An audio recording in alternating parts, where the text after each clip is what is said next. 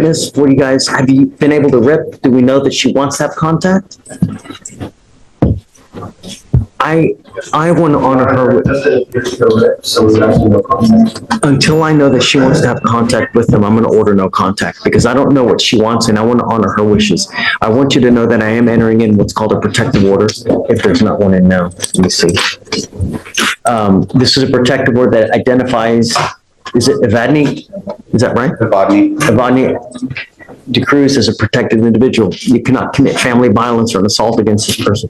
Commit an act in furtherance of an offense under section 42.072 of the Texas Penal Code, which is the stalking statute. You cannot threaten, harass, use another person to communicate a threat or harassing behavior. You cannot go within 200 feet of where she lives or where she works. This, if you violate this, they will file an additional charge against you. So be very careful. I want to know what she wants. So if you guys can get the phone number to them and they can get the rip done, then we can modify these conditions today, and I'm happy to do it. Just understood. As it stands now, the only way we're going to release him is you have a bonding company here now? Yes, they're on their way. Okay, so you're going to stay with us until we know that a bonding company comes, and then we'll have you sign conditions. Okay? I'm ordering you now, don't consume alcohol or drugs.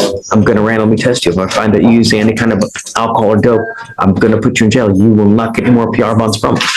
You understand? Yes, sir. Do you have any clue what they would do to you in prison? You'll be someone's bitch real quick. You're facing up to a year in jail and or a $4,000 fine. We're going to do probable cause. You have the right to remain silent. Anything you say can or will be used against you. This year's not been a very good year for you, man. No, sir. You now stand. You also have 2 open aggravated assaults against a public servant. All right.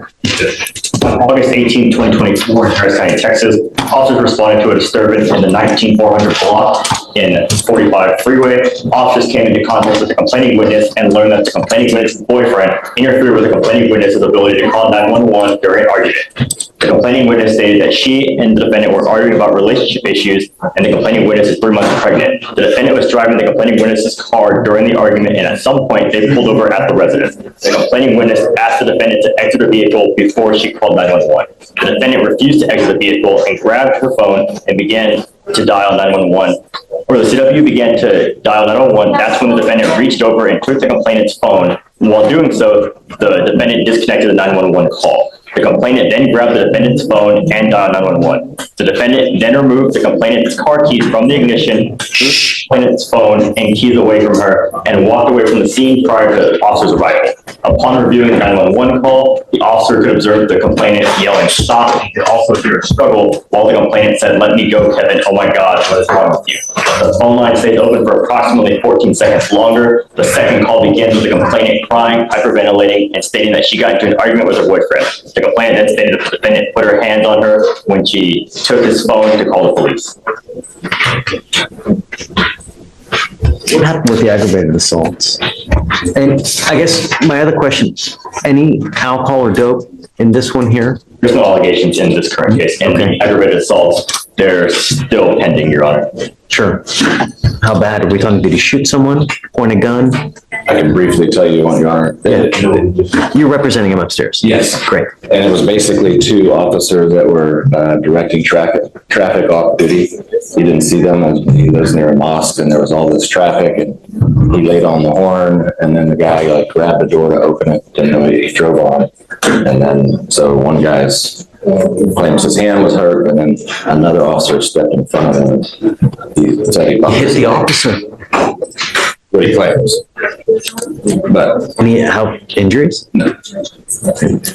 Mr. Geenan, I'm going to find that there's probable cause to go forward with the case. I'm now setting your bond at $5,000. So what about the relationship now? You know, at the end of the day, you need to distance yourself from anyone and everyone in your life that could potentially put you in jail.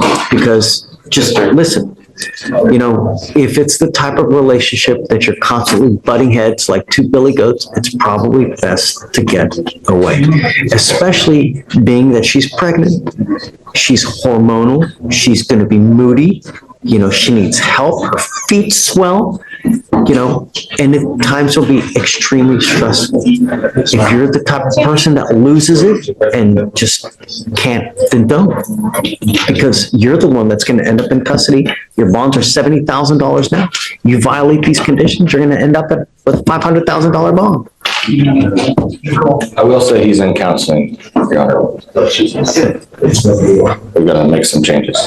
I think that's a great thing. If you truly are, the idea is, and I'll tell you that, I would say 90% of the jail population in custody now are there because they have no self-control.